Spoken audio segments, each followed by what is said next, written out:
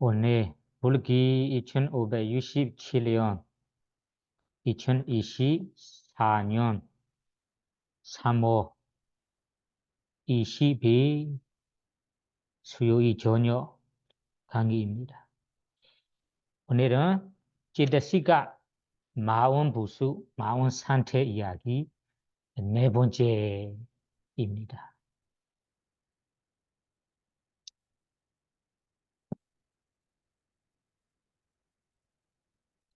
오늘 이야기를 우리 자세히 공부하기 전에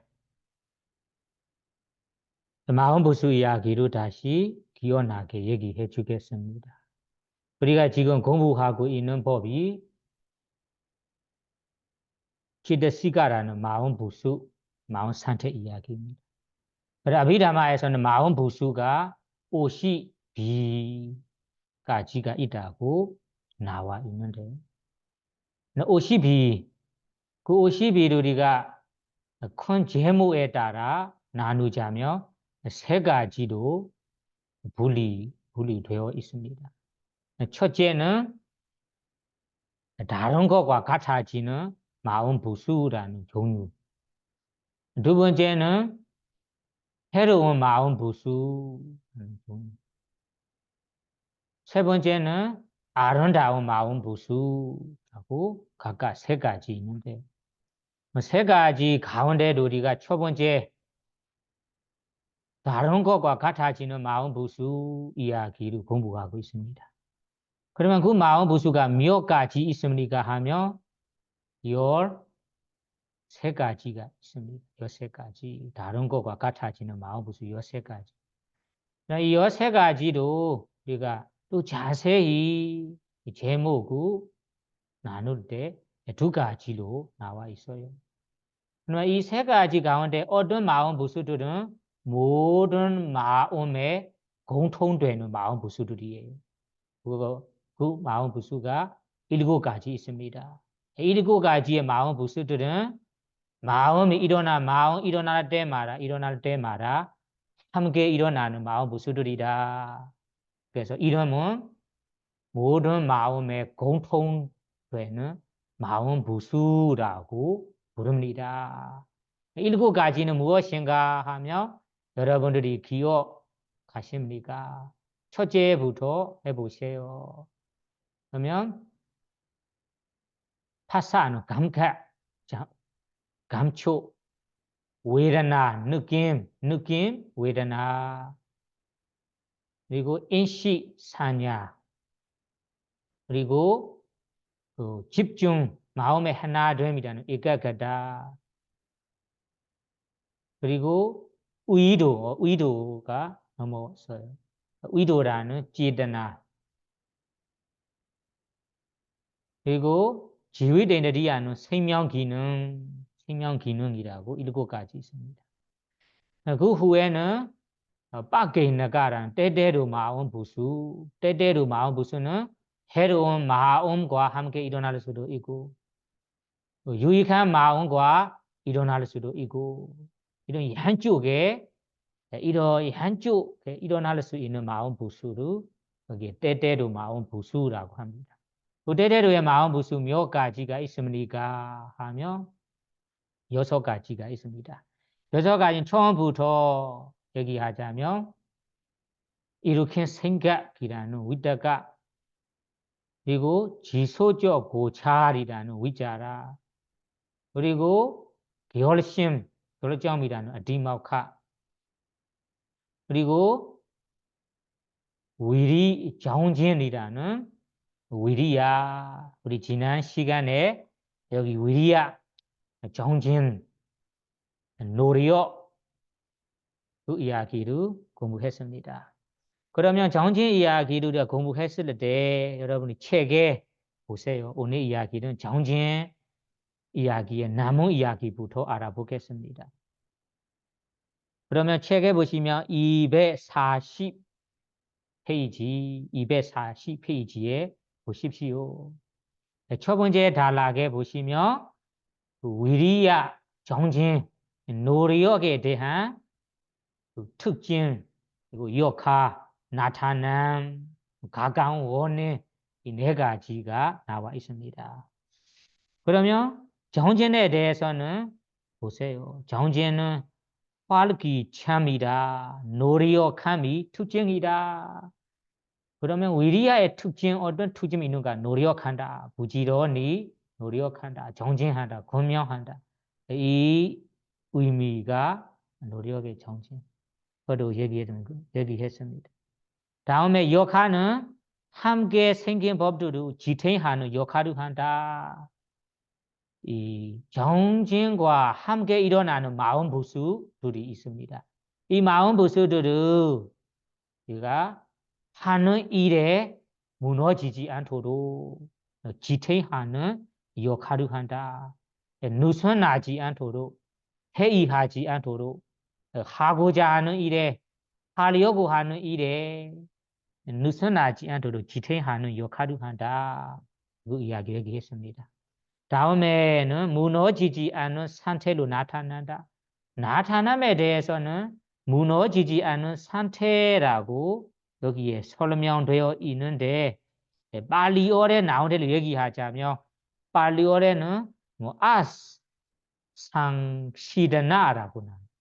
시드나라는 것이 마음이 이 일을 뭐 할까 말까 이런 저주한 상태, 움츠리는 상태로 상시드나라고 해요. 상시드나.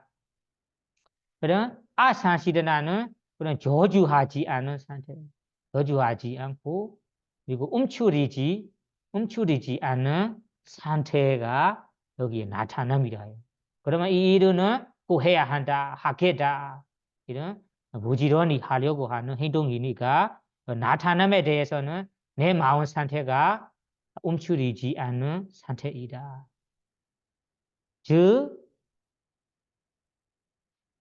주저하지 않은 상태이다. 마지막은 원내. 그러면 이런 노력, 부지런히 노력함이라는 이 법이 일어나기 위해서 도움이 되는 법이 가까운 원인입니다.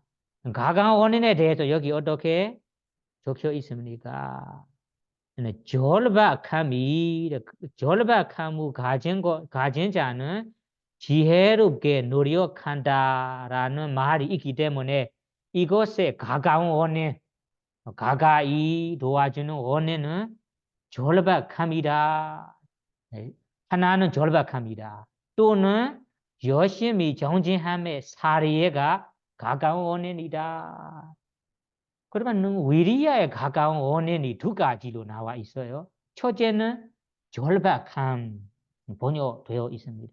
발리어에는 상위가라고 그 가르호에 보시면 상위가라고 나와요. 상위가에 대해서는 그 한국 번역 다양한 두세 개로 번역되어 있어요. 여기 이 책에서는 절박함이라고 번역되어 있어요. 제가 처음으로 지금 본 건데요. 제가 알고 있는 번역하는 경각심이라고 알고 있어. 경각심. 그리고 두려운 마음, 두려움이라고도 알고 있어요.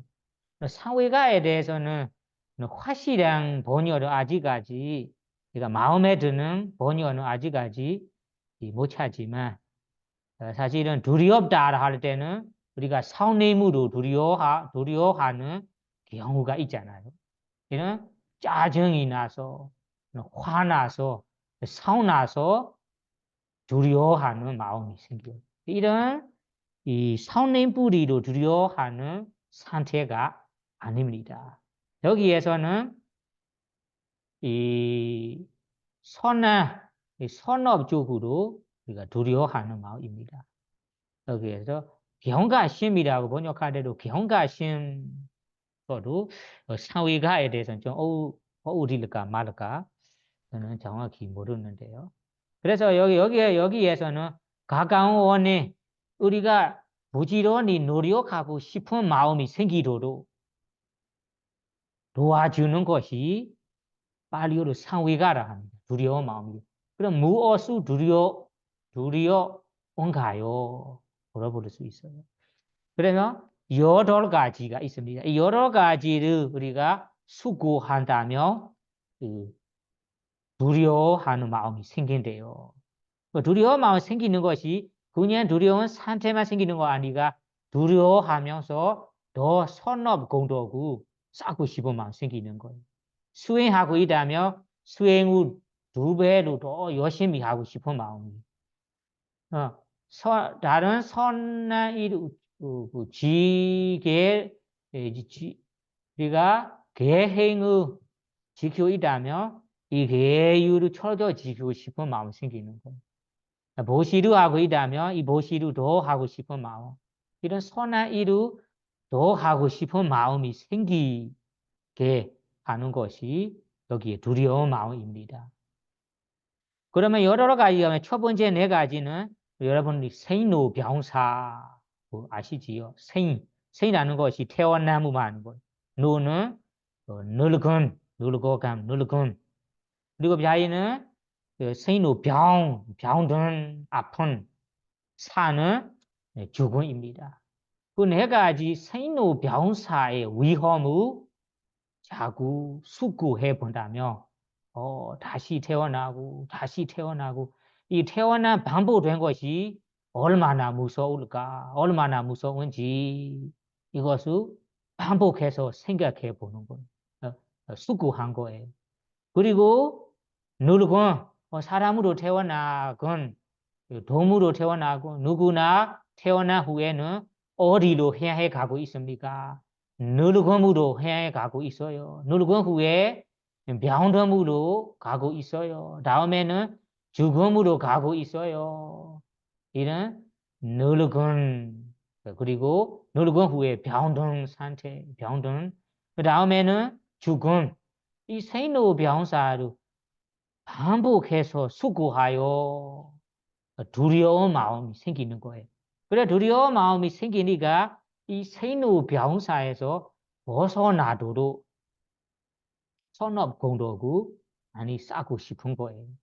그래서 여기에 두려운 마음이라는 것이 성내무로 인해 일어난 두려움이 아니다. 이 두려움은 이 상외가라고 하는 두려움이 선업 쪽으로 향하는 두려움이다. 그래서 생로 병사와 관련된 두려움이라고 생각해야 됩니다. 다음 4가지는 사악도라고 사악초 여러분 아시지요? 사악도라는 것은 그 지옥계, 축생계, 아귀계, 아수라라계 이 사악도의 고통, 외로움을 반복해서 수고하는 거예요. 그렇게 수고한다면 사악도에 나는 태어나고 싶지 않아요. 사악도에 떨어지고 싶지 않아요. 이 사악도에 완전히 벗어나도록 더 열심히 하고 싶은, 열심히 수행하고 싶은, 열심히 계율을 지키고 싶은, 열심히 이 선업 공덕을 짓고 싶은 마음이 생기는 거예요. 그래서 이 여러 가지로 인해 여러 가지의 위험을 수고하고 일어난 두려움이 여기에는 상외가라고 합니다. 이 상외가가 여기에 정진 일어남에 가까운 원인이래요. 그래 여러분들이 수행하다가 예의를 지키고 있다가 선업 공덕을 쌓으려고 하다가 이런 노력 모자랄 때가 있잖아요. 노력이 떨어질 때가 있어요. 그때는 그 노력을 더 가지도록 무엇을 수고해줘야 합니까? 하면 여기 가까운 원인 여러 가지에 대한 두려움을 생각해 본다며 수고해 본다며 여러분들이 모자른 노력, 떨어진 노력이 확 올라올 수 있습니다. 그러면 여러분이 수행하다가 여기에 정진이 모자랄 때는 이 원인을 사용한다며 도움이 되겠습니다. 다음에 2번째는 열심히 정진함의 사례. 여기에 사례의 조건이 이 사례라고 합니다. 열심히 정지함의 사례에는 앙코드라 니까야는 8개라고 나와 있어요. 여기에는 가로에 보시면 237이라는 숫자 보시죠. 숫자 아래에 보시면 열심히 정지함의 사례에 발리어로는 아람바 와투라는 것이 조건, 사례 이런 의미예요. 그럼 반대되는 여러 가지의 게으름의 사례에 대해서도 게으름의 그 반대로는 정지함의 사례가 여러 가지 있는 뜻이 반대로 게으름의 사례도 여러 가지예요. 그 여러 가지가 무엇이냐면 어떤 분들은 알고 있을 거예요. 우리 하는 일에 대해서는 우리 이루 어떤 이루 행함 하고 남 어떤 이루 하기 전 직전 이것이 두 가지입니다. 하려고 하는 일에 대해 하고 남 그리고 하기 직전이라고 두 가지 사례가 있어요. 그러면 정지하면 사례할 때는 어떤 일을 내가 하고 행했습니다. 그때는 수고하는 거예요. 나는 이 일을 어쩔 수 없이 해야 할 이 일을 피할 수 없는 이 일을 하다가 내가 수행하는 일에 계를 지키는 일에 선업군업을 쌓는 일에 많이 부족했어요. 못했어요. 이제부터 해야겠지. 이런 행한 일을 수고해서 정증이 나타난 거예요. 하기 전에 생각하는 거예요. 내가 피할 수 없는 어떤 해야 할 일이 있어요. 그럼 이 일을 하기 전에 내가 빨리 이 공덕을 쌓아야겠지. 이렇게 숙고하여 노력하는 것입니다. 그 다음에 세 번째는 우리 여행은 가능 여행이라고 말해요. 여행의 간 후에 그리고 가기 직전에 여행의 간 후에 어떤 여행 후 내가 어쩔 수 없이 피할 수 없이 가야 되었어요. 그래서 간 후에 생각하는 거예요. 내가 여행 후 가는 내내 가고 있는 내내 수행 일에 계율 지키는 일에 선업공덕 사는 일에 부족했어요. 이제부터 열심히 해야겠지라고 수고하여 정진이 일어난 것입니다. 그리고 여행 가기 전에 어떤 일 때문에 내가 가야 할 일이 있어요. 가기 직전에는 내가 이 어디로 가고 있을 때는 선업공덕을 못 쌓을 거예요. 이제부터 해야겠지. 이렇게 수고한 거예요. 그 다음에 다섯 번째, 여섯 번째는 건강, 아프다가 아픔이 나은 상태입니다. 아픔이 나은 상태.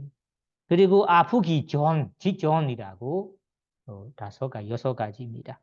그러나 아프다가 지금 회복한 상태입니다. 그 상태에 생각하는 거. 내가 아팠을 때 선한 일을 하지 못했어요. 수행을 못했어요. 이제부터 해야겠지. 이러한 수고함입니다. 그러면 아프기 직전에 건강하고 있을 때는 나는 언제 아플지 모른다. 언제 건강이 나쁠지 모른다. 지금은 건강 상태 때 열심히 선호공을 쌓아야겠지. 이러한 수고함이 아까 정진함의 사례입니다. 다음 마지막 일곱 번째는 모노 음시를 충분히 못 먹은 너무 큰 충분히 못 먹었어요. 여러 번째는 충분히 먹었어요. 그런데 충분히 못 먹었을 때도 이제 내가 마음껏 못 먹으니까 뭐 한편으로는 배가 많이 안 부르니까 그 가볍게 수행을 할 수 있다. 선어 공부를 할 수 있다. 그러한 이 수고한 생각입니다.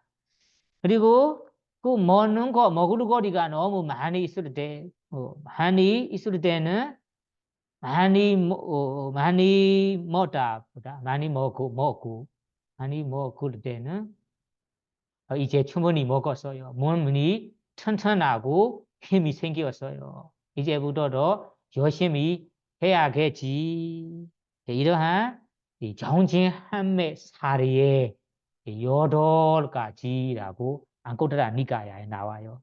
그러면 이런 뭐하 일에 대해 2가지 여행 가려고 하는 여행에 대한 2가지 그리고 건강에 대한 2가지 그리고 먹는 거에 대한 2가지라고 각각 여러 가지가 있어요. 이 여러 가지 사례를 우리가 정진함의 조건으로 수고한다면 우리에게 뭐가 생깁니까? 굳이 노력하고 싶음이 생깁니다. 다만 반대로 올해도 게으른 상태라면 이 여러 가지 사례가 뭐의 조건이 됩니까? 핑계의 조건 아니면 게으름의 조건도 될 수 있습니다. 조건은 똑같은데 우리가 어떤 마음가짐으로 수고하느냐에 따라 여러분들에게 정진함도 생길 수도 있고 게으름도 일어날 수 있습니다. 게으름의 조건 사례로 생각한다면 여러분들에게 이것이 게으름이 될 거예요. 아니다. 내가 정진함의 조건으로 생각한다면 여러분들에게 부지런히 노력함 정진함의 사례의 여러 가지가 되겠습니다. 그래서 부처님께서는 여기 위리야라는 이 정진 일어나기 위해 정진 일어남에 가까운 원인이 2가지가 있다라고 얘기했습니다. 첫 번째는 여러 가지에 대한 두려움, 수고함, 원인.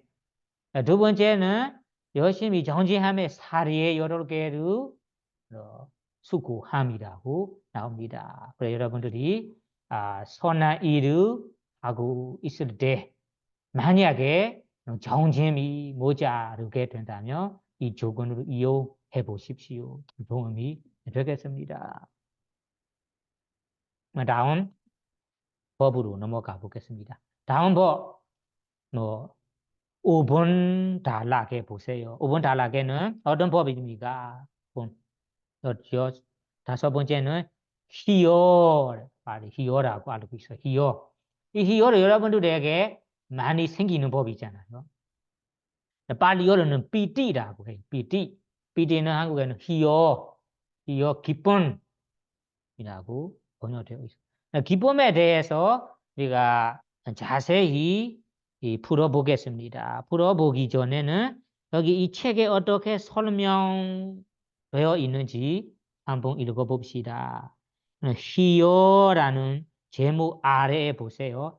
희열로 옮긴 삐띠는 파생된 여성 명사의 환위심, 희열, 환호 등 큰 기쁨이나 만족을 뜻하는 단어이다. 그러면 여러분들이 만족스럽다, 만족한다, 기쁘다, 즐겁다, 환희하다 이런 상태가 여기 비디의 상태입니다. 비디. 그러나 비디에 대해서는 이 비디는 우리가 양쪽으로 다 돌릴 수 있어요. 양쪽이라는 것은 해로운 쪽, 해로운은 탐욕 뿌리로 요심의 바탕으로 희열 생길 수도 있어요. 예를 들자면 그 희어가 생기고 그리고 너무까지 나는 분들이 있잖아요. 어떤 분들은 먹고 싶은 너무나 먹고 싶은 것을 오래돼 이 못 먹던 것을 먹게 되니까 눈물이 나고 이런 이 만족하고 기쁜 마음이 생겨요. 어떤 분들은 오래된 못 만났던 사람을 만나게 되니까 울고 그런 희어 생기는 경우가 있습니다. 어떤 분들은 특히 젊은 사람들은 그 자기의 뭐 아이돌은 이런 가수나 아니면 배우자를 직접 만나게 되니까 너무나 기뻐해서 그 눈물이 나고 우는 분들도 있습니다. 이거는 그 요신무 바탕으로 희어가 생길 수 있다. 그러면 이 희어가 생기고 눈물이 날 때는 이 눈물이 영전에는 두꺼운 눈물이라고 표현합니다. 두꺼운 눈물이라는 것이 해로운 마음으로 나는 눈물이기 때문에 두꺼운 눈물이라고 표현하는 거예요. 반대로 우리가 선업으로 선한 일을 유익한 일을 하다가 환의심이 생기고 기뻐하고 만족스러워하고 눈물이 나는 경우가 있잖아요. 그 눈물은 시원한 눈물이라고 표현합니다. 여러분들이 그렇잖아요. 뭐 수행하다가 이런 너무나 행복함이나 이 기쁜 행복함을 전에까지 경험하지 못했던 행복, 기쁨을 경험하게 되니까 너무나 기뻐서 눈물이 나는 분들이 있습니다. 그리고 부처님 개헌전, 부처님 말씀을 공부하다가 전에까지 몰랐던 전에까지 모르는 내용도 알게 되니까 너무나 감사하고 너무나 기뻐해서 너무나 만족스러워서 눈물이 나는 분들도 있습니다. 이거는 어떤 마음으로 눈물이 나는 거예요? 선한 마음으로 피디라는 희요, 환의심이 생기고 눈물이 나는 거예요. 그래서 이 눈물은 개헌전에는 시원한 눈물이라고 표현합니다. 시원하다라는 표현이 비교하 유익한 마음으로 일어난 눈물이기 때문에 시원한 눈물이라고 표현하는 거예요. 그래 여러분들이 눈물 나는 경우가 아마 있을 텐데 뜨거운 눈물이 나는가요? 시원한 눈물이 나는가요? 스스로 반성해 보세요. 시원한 눈물이 나는 경우라면 축하드리고요. 그래 여기에는 이런 이 환희심이 오라올 때는 눈물까지 날 수 있다. 그거는 관련된 내용이니까 설명한 거예요. 그럼 이 PD에 대해서 부처님께서 네 가지 측면으로 공부해야 충분히 이해합니다. 아래에 그 단락에 보세요. 243번째 단락. 세 번째 단락에 보십시오. 청정동에 나온 이야기인데 그 94에 유쾌하게 하는 것이 희열이다. 희열라는 PD의 고유 상지 상품에 대해서 어떻게 해석하고 있습니까? 유쾌하게 하는 것이 PD의 상품이다. 고유 성질이다. 그러면 PD의 고유 성질은 유쾌하게 하는 것이다. 다음에는 특징. 그러면 이 PD의 특징은 어떤 특징을 가진가요? 특징이라는 것이 여러분들이 사람이라면 사람의 특징이 있잖아요. 두 발이 있고, 두 팔도 있고, 머리가 있고, 이것을 뭐 사람의 특징이라고 할 수 있는 것처럼 여기에 PD라는 법의 특징이 충분히 유쾌함이 그 특징이다라고 나와요. 충분히 유쾌함이 특징이라고 나와요. 발리어에 제가 보니까 발리어에는 그 대상을 뭐 좋아하고 대상의 만족함이 특징이라고 나와요. 대상에 대해서는 내가 이건 대상하고 있는 어떤 대상 이런 대상하고 있는 그 대상에 대해서 대상 관련해서 유쾌함, 유쾌하고 만족함이 여기 비디의 특징이다. 그 다음에는 하는 역할. 뭐 어떤 역할, 이 비디라는 법 어떤 역할을 합니까? 하며 몸과 마음을 유쾌하게 하는 역할을 한다. 마음, 처음에는 마음을 유쾌하는 것입니다. 다음에는 마음이 유쾌하게 되니까 몸에까지 다 시원해지고 가벼워집니다. 그래서 여기에는 몸과 마음 두 개를 유쾌하게 하는 역할을 한다. 그래 여러분들이 이 마음에 만족하고 기뻐한다면 몸까지 시원해지고 아주 가벼워지거든요.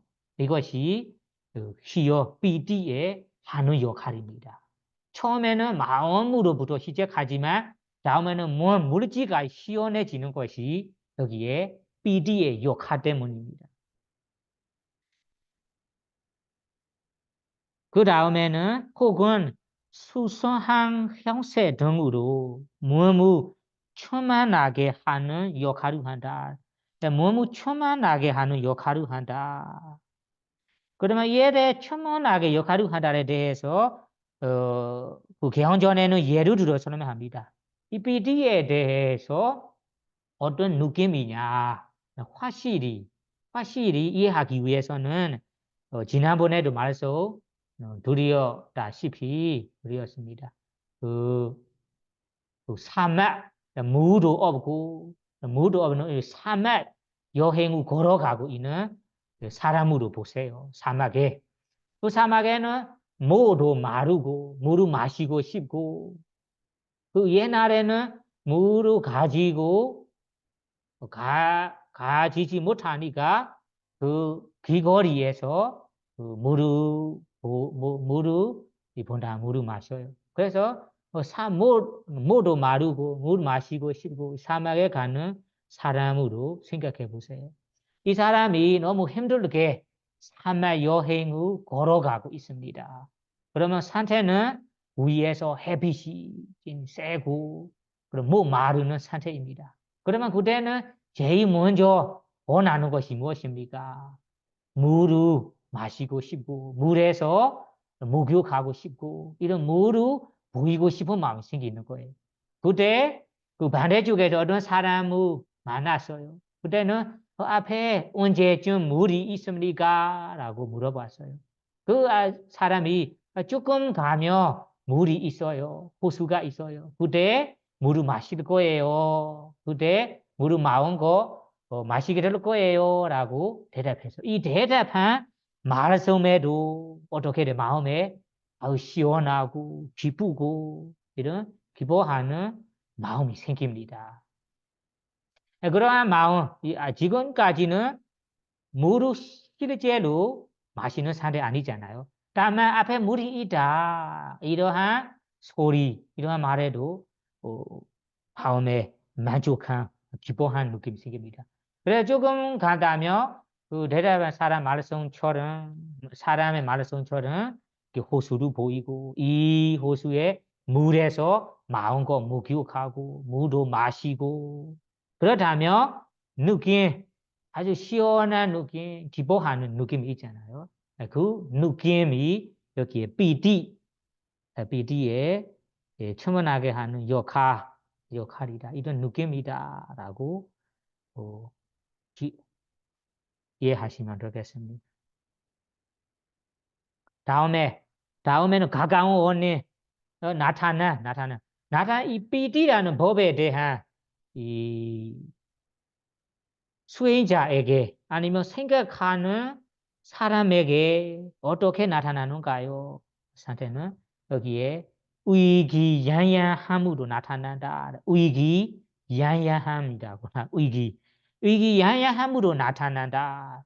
그 마음이 아주 그 활기찬 상태, 활발한 상태, 아주 열정적인 상태, 이런 상태로 나타나는 거예요. 그래서 마음 속으로부터 끓어 나온 거예요. 나온 것이 그렇게 나다가 몸까지 적극적으로 하고 싶고 적극적인 상태 그리고 열정적인 상태 이런 것을 여기에는 활기양양함으로 나타난다. 마음에 아주 기뻐하니까 그런 나타납니다. 가까운 원인에 대해서는 여기에 안 나타나지만 그러면 원인은 특별히 안 나타나며 대상이 가까운 원인이라고 기억하시면 돼요. 그러면 여기에 세 가지는 부처님께서 설하신 대로 이 세 가지 측면으로 이해해야 삐띠라는 희열에 대해 확실하게 이해할 수 있습니다. 그러면 여기 뒤에서 이어서 읽어본다면 이어서 읽어보면 이 희열에 대해 5가지가 있다라고 나와 있습니다. 이거를 여러분들이 특히 수행하고 있다면 수행자에게 경험할 수 있는 부분들이라 한번 공부해 보는 것이 좋습니다. 그래서 경전에는 희열 5가지 기준이 있습니다. 첫째는 작은 희열, 순간적인 희열, 되풀이해서 일어나는 희열, 요약하는 희열, 충만한 희열이다라고 5가지가 있습니다. 팔리어와 함께 나오지만 여러분들에게 어려울 것 같아서 그냥 번역대로만 얘기할게요. 그러면 첫 번째는 어떤 희열입니까? 작은 희열. 작은 희열에 대해서는 여기에는 어떻게 설명해 있습니까? 작은 희열은 몸의 토루 원두 속에 할 수 있다.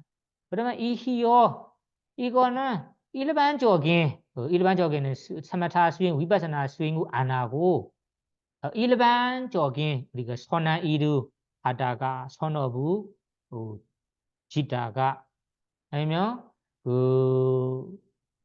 해로운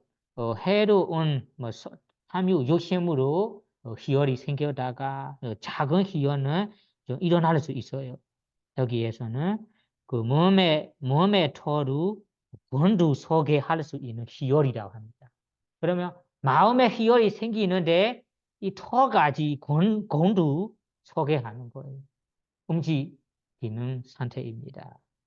이거는 수행자에게는 경험할 수 있는 작은 희열이다.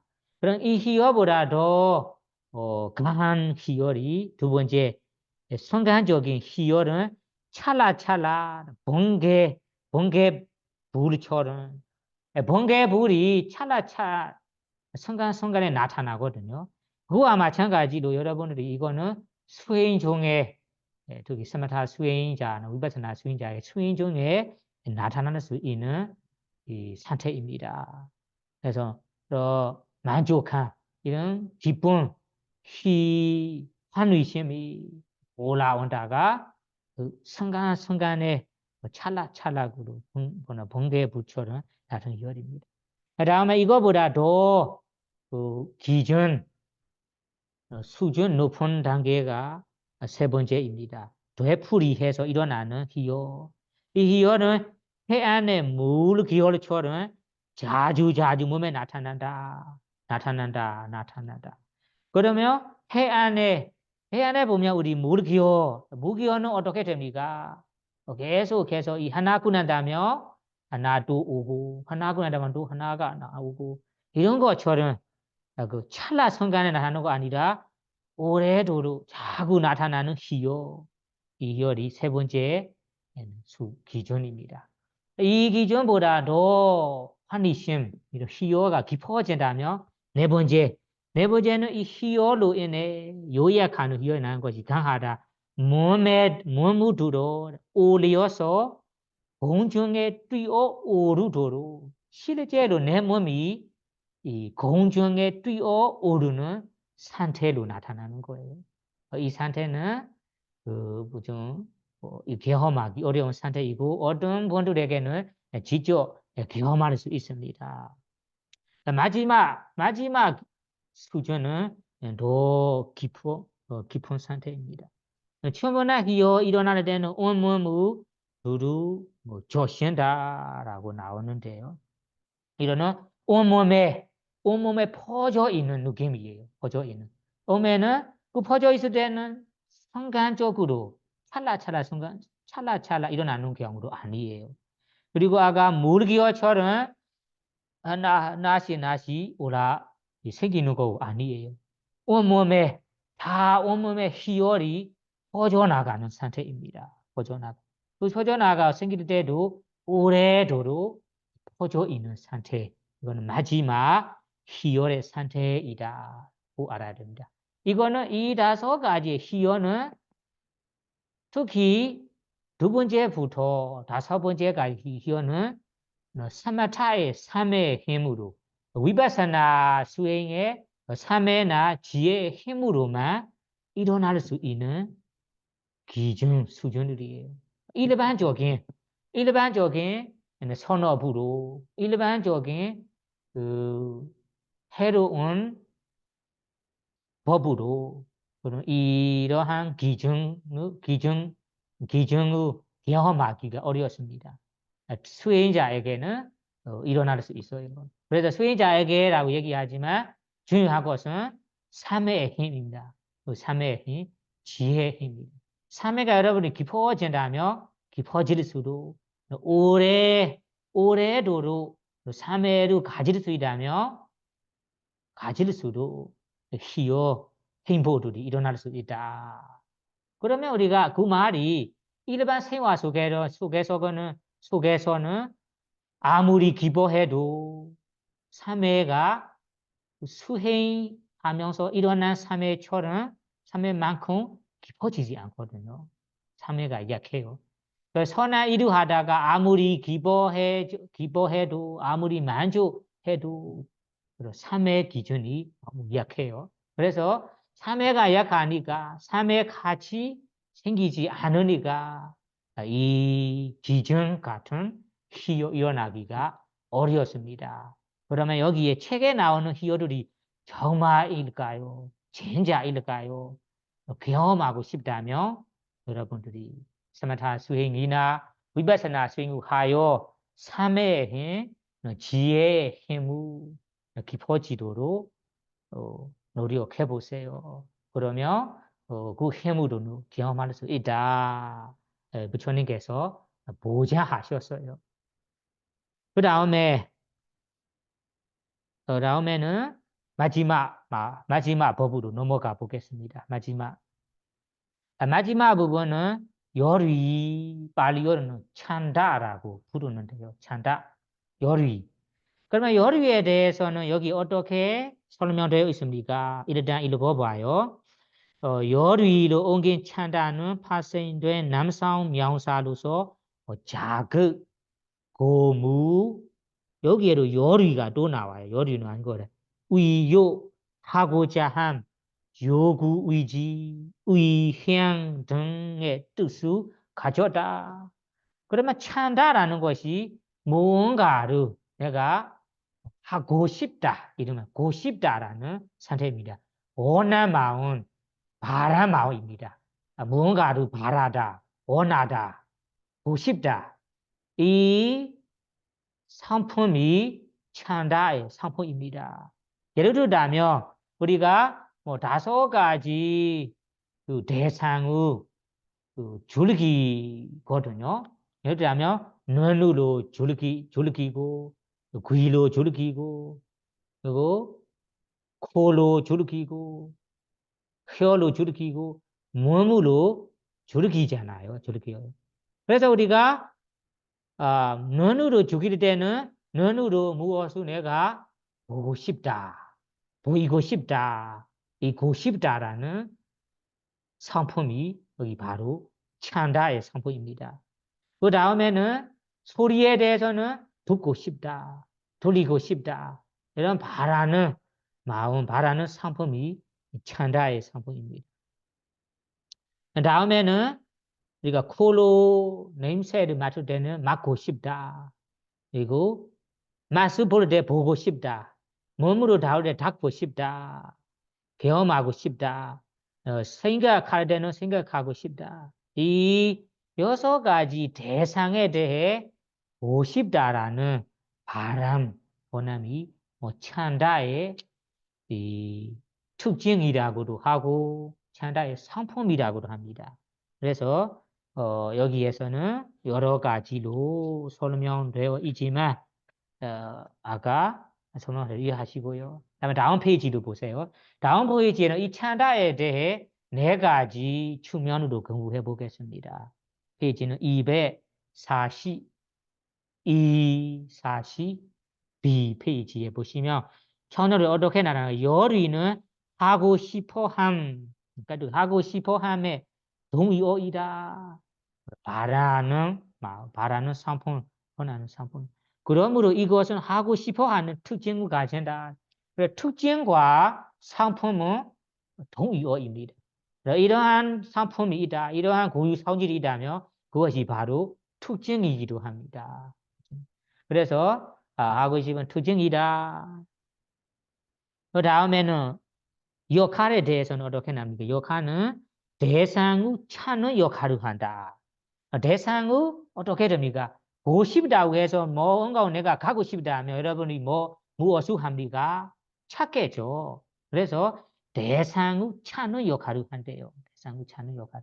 항상 이 찬다의 영향으로 우리가 항상 찾고 있습니다. 대상을 찾고 있어요. 찾는 자체가 여기에 찬다입니다. 그러면 찾을 때는 우리가 대상을 찾을 때는 여러분들이 헷갈리지 말아 하는 것이 여기에 있습니다. 대상을 찾을 때는 우리가 감가죠. 요만 대상을 찾는 경우도 있습니다. 그리고 다음에는 선업이 된 것을 유익한 법을 찾는 경우도 있습니다.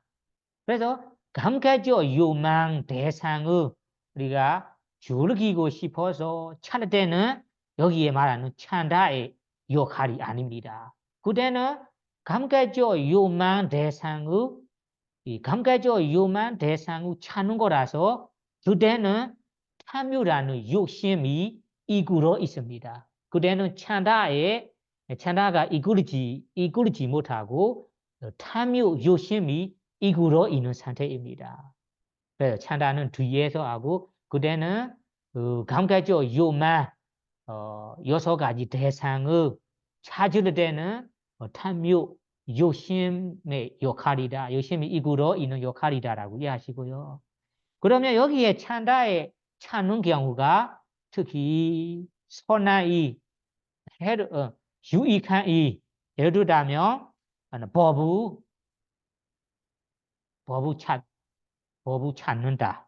아니면 해타 열반 성취하고 싶다. 도와 과를 성취하고 싶다. 아니면 선어 공덕을 쌓고 싶다. 아니면 계율을 지키고 싶다. 이런 유익한 법을 찾으려고 원할 때는 여기에 많은 찬다. 요리의 역할이 이끌어 있습니다. 그렇게 차이점을 알아야 됩니다. 그러면 우리가 고 싶다 할 때는 두 가지 측면이 있다라고 이해하시고요. 나타남이 어떻게 나타납니까? 대상의 원함으로 나타난다. 대상의 원함으로 나타나는 것이 원하다, 가고 싶다 이런 원함 상태로 나타나는 거예요. 찬다에 대해서 수고해 볼 때는 어떤 상태인가, 어떤 모양, 어떤 모습이냐 하면 원하는 모습으로 나타난대요. 착각하면 원하는 거죠. 다음에는 대상이 가강 원인이다. 이거는 원인에 대해서는 대상이 있어야 대상을 찾는 것입니다. 그래서 예를 들자면 대상을 찾는 거 예를 들자면 여리는 대상을 잡는데 마음을 뻗는 것이 마치 손을 뻗는 것과 같다고 알아야 합니다. 개헌전에는 예를 들어 설명이 나왔는데 그 설명 나온 것이 아까 대상을 원한 특징이 여기 있잖아요. 원한다, 하고 싶다. 이러한 모습이 예를 들자면 우리가 무엇을 잡으려고 선을 뻗는 것과 같아. 우리가 선을 뻗는 것이 무엇을 잡으려고 손 뻗는 거잖아요.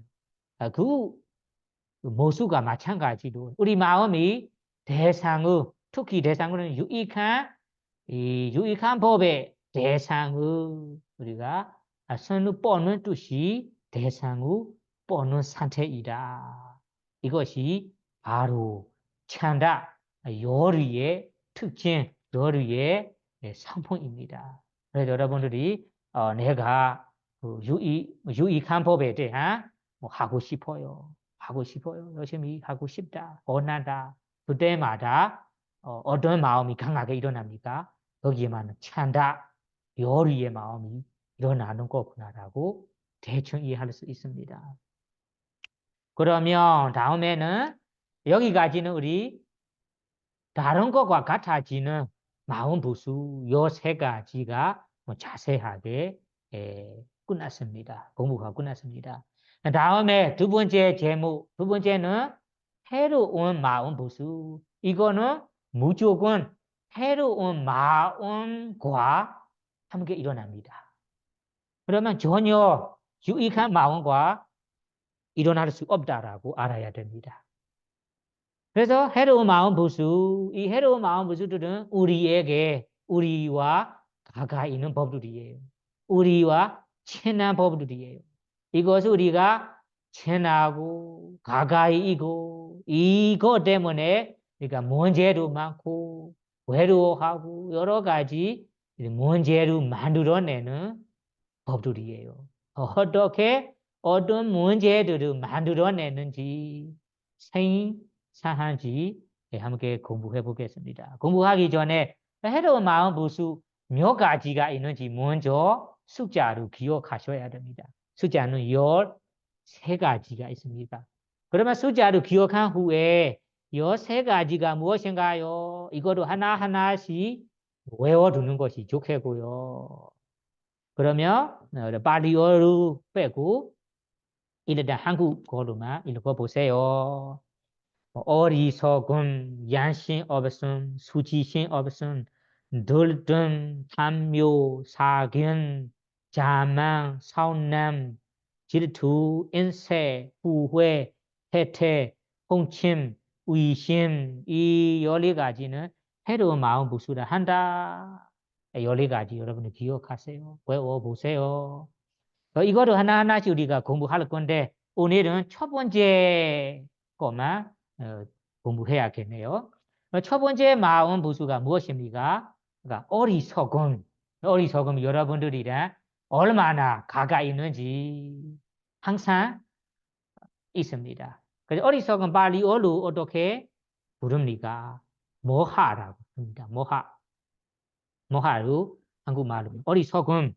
어리석음에 대해서는 어떻게 설명되어 있는지 일단 읽어봐요. 어리석음으로 온 게 뭐하는 남성 명사로서 여기에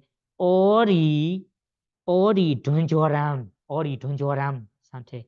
그리고 혼란함, 그리고 멍청남, 그리고 기절함, 미혹함, 어리석음 등의 뜻으로 쓰인다.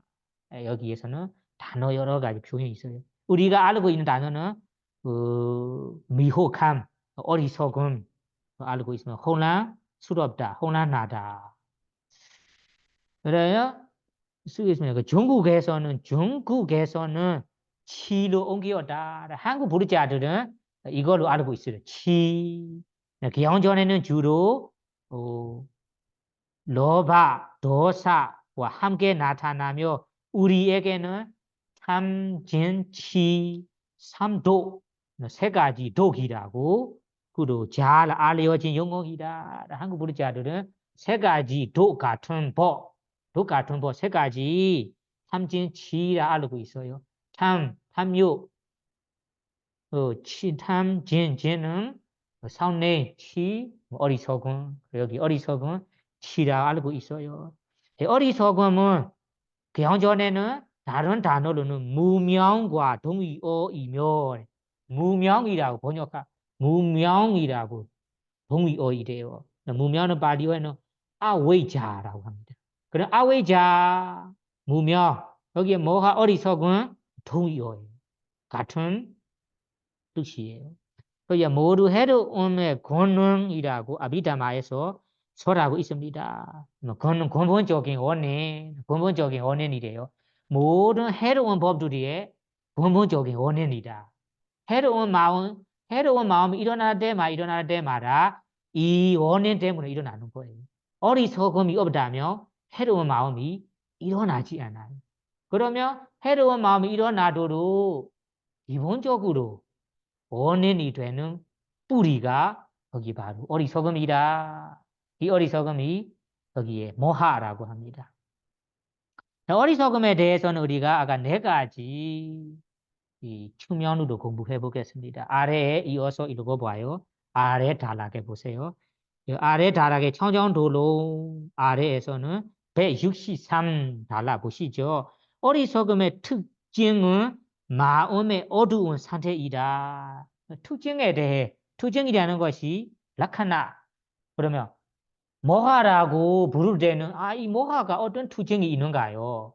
여러분 예를 들자면 사람이라고 하면 사람은 어떤 특징을 가진가요? 이런 질문과 똑같습니다. 우리가 발리어에는 개헌전에는 모하, 아웨이자라고 이런 용어로 쓰여 있습니다. 네. 그러면 모하라는 법의 모수 특징 무엇인가 하면 여기에 모하는 어두운 상태 특징은 어두운 상태이다. 어두운 상태이다라고 여기에 나와요. 어두운 상태이다. 혹은은 지혜가 없는 상태이다. 지혜가 없는 것이다. 지혜가 없는 것이다라고 여기에 하지만 사실은 지혜에 반대된 특징이다. 이렇게 말해요. 지혜는 이것이 옳다. 그릇 된다라고 확실하게 알잖아요.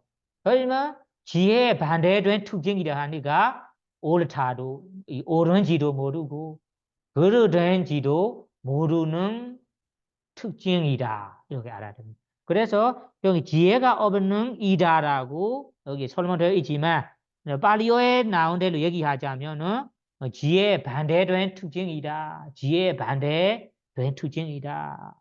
이런 의미예요. 그 다음에 첫 번째는 아까 어두운 상태이다. 그러면 이 어리석음이 일어날 때는 정신이 어두운 상태이라는 것이 아무것도 결정하지 못하고 아무것도 안 보이는 그 어두운 상태, 어두운 성질, 어두운 특징이라는 의미. 다음에 우리가 하는 역할. 그러면 이 하는 어떤 역할을 합니까 하면 통잘하지 않는 역할을 한다라고 나와. 통잘하지 않는 역할을 한다. 혹은 대상의 고유 성질을 덮어버리는 역할을 한다. 이것이 중요합니다. 여러분들이 대상의 고유 성질을 덮어버리는 역할을 한다. 어떤 역할을 합니까? 우리에게 이 영향이 너무 커요. 대상 고유 성질을 덮어버리는 역할. 우리는 몸이라는 물질에 대해 고유 성질, 실제의 상품을 모르고 있잖아요. 이거 모르고 덮어버리는 것이 모르는 것이 이 모하의 역할입니다. 그리고 정신에 대해서도 우리가 그 정신법의 그 사실대로 모르고 있잖아요. 그 모르게 덮어버리는 역할이 덮어버리는 것이 모하의 역할입니다. 그래서 우리가 이 대상에 대해서는 특히 대상이 우리 몸이다, 오온이다 한다면 오온에 대해서 우리가 오온을 가지고 있는 것이 다양한 대상, 감가적 유망을 즐기고 이거 누릴 수 있어서 너무 행복합니다. 그리고 이것이 이 몸이 아름답다. 이 몸은 내 뜻대로 되니까 나다, 내 것이다. 이렇게 착각한 것이 이렇게 알고 있는 것이 사실대로 모르고 있는 거잖아요. 사실대로 모르게 하는 것이 여기 어리석음의 영향, 어리석음의 역할입니다. 그 다음에는 대상에 대해 예를 들면 우리가 나쁜 악행 이루 한다면 악업이 되고 악한 과부를 바를 거라라고 모르는 거, 모르게 하는 것이 여기에 이 어리석음의 영향입니다. 그래서 우리가 그 이것이 악한 업이다, 악한 행위다. 악한 행위를 한다면 악한 과부를 바를 거라고 알고 있어요. 다만 우리가 피하지 못할 때는 그 허물을 안 보이고 그냥 하게 되잖아요. 하게 되도록 그 허물을 안 보이게 덮어버리는 것이 이 어리석음이에요. 그래 여러분들이 지금은 우리가 지혜가 있는 순간에는 이것이 악한 일이다. 악한 일을 한다면 악업이 돼요. 악한 업으로 그다음에 악한 과오를 바를 거라고 아주 무섭게 생각하고 있어요. 다만 그렇게 생각하면서도 우리가 그런 악한 일을 나쁜 일을 하게 되잖아요. 하게 될 때는 그때 그 올바른 사실을 허물을 안 보이게 덮어버리는 거예요. 그리고 다음에는 아까ปฏิจจสมุปบาท 12용기에 대해서도 마찬가지로 우리가 모르게 이것이 옳은 것이다. 이건 그릇된 것이다. 모르게 덮어버리는 것이 어리석음의 역할이다. 이해하시고요. 그래서 이 역할에 대해서는 앞의 역할보다 우리 대상에 대해서는 고유 성질이나 옳은지 그릇된지 모르게 덮어버리는 역할을 한다라고 이해하시고요. 다음에는 다음에는 바른 수행의 기어리어로 나타난다. 기어리어로 나타난다라고 나오는데요. 여기에서는 혹은 또 어떻게 나옵니까? 바른 수행의 기어내고 어두움으로 나타난다. 두 번째 것이 더 좋습니다. 어두움으로 나타난다. 그러면 이 어리석은 모하에 대해서 어떤 상품인가 어떤 상태인가 생각해 볼 때는 어두운 상태로 나타납니다. 어두운 모습으로 나타납니다. 지혜 업에는 깜깜한 속에 있는 것처럼 나타납니다. 여러분들이 어두워하고 깜깜한 장소에서 있다면 어떻게 느낌이 어떤 기분입니까? 그런 기분이라는 의미예요. 다음에는 가까운 원인에 대해서는 더 재미있습니다. 어떻게 나타납니까? 지혜 없이 마음에 잡돌이함이 가까운 원인이다. 팔리어는 여러분들이랑 친할 것 같은데요. 아요니서 마나시카라라고 해요. 마나시카는 마음에 잡돌이하다. 마음에 색이다. 마음의 주의 기울이라는 말이에요. 어떻게 마음의 주의 기울이는가 하면 아요니서 아요나지는 선업이 되도록 적합하지 않는 방법으로 선업이 되도록 적합하지 않는 조절하지 않는 방법으로 마음의 색인 마음의 주의 기울임이라는 의미예요.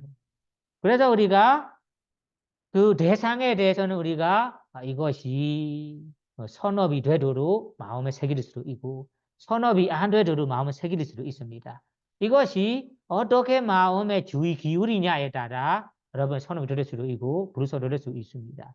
예를 들면 길에서 걸어가다가 어떤 도로 내가 바로 불이 쳤어요. 심하게 겨우 너무 추울 때는 어떤 도로 바로 쳤습니다. 그래서 너무 아팠어요.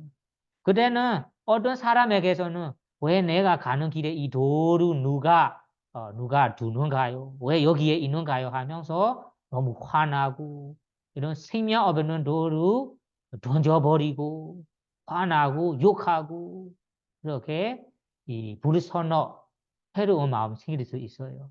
어떤 사람에게는 이 돌을 누가 여기에 두었나요? 나가 다치는 것은 다른 사람이 다치지 말기로 이렇게 이 돌을 잡아서 어디에 정리한다면 그 사람에게 선어 유익한 마음 생길 수 있어요. 그래서 돌에 내 발이 부딪히는 거는 똑같은 상황이지만 내 마음에 어떻게 주의 기울이냐에 따라 연이서 아연이서라가 여기에 중요합니다. 연이서 선업이 되는 방법대로 마음에 기울이는지 선업이 되도록 기울이는지 선업이 안 되도록 기울이는지 이것이 중요합니다. 그래 여기에서는 모하라는 어리석은 마음이 일어나도록 도와주는 원인이 여기 아연이서면 시가라라고 합니다. 그러니까 대상을 잡을 때, 대상을 삼을 때 어떤 마음가짐으로 생각하는지, 어떤 마음으로 주의 기울이는지 중요합니다. 내가 아까 선업이 되지 않은 주의 기울임으로 마음에 새긴다면 어리석음이 더 이어서 일어난다. 아니면 선업이 되는 쪽으로 조절하게 주의 기울인다면 어리석음 없이 선한 마음이 생길 수 있다. 이렇게 이해하시면 되겠습니다. 그래서 오늘은 해로운 마음 부수 14가지 가운데 첫 번째 마음 부수인 모하, 어리석음 어리석은 이야기까지 공부했습니다. 그래 여러분들이 이러한 이 아비다마의 마음 부수법들이 우리와 가까이 있고 우리 일상생활 속에서 영향을 많이 받고 있는 이 법들이라 마음에 수고해보고 해로운 법이라면 제거하도록 노력하고 유익한 법이라면 더 키워서 향상하도록 노력할 수 있다면 여러분들이 좋은 마음으로 착한 사람, 좋은 사람, 훌륭한 사람이 되겠습니다. 그래서 여러분 아비다마를 공부하여 아비다마 지식이 여러분들에게 좋은 방향으로 도움이 되기를 바라며 오늘 강의를 마치도록 하겠습니다. 사두, 사두, 사두.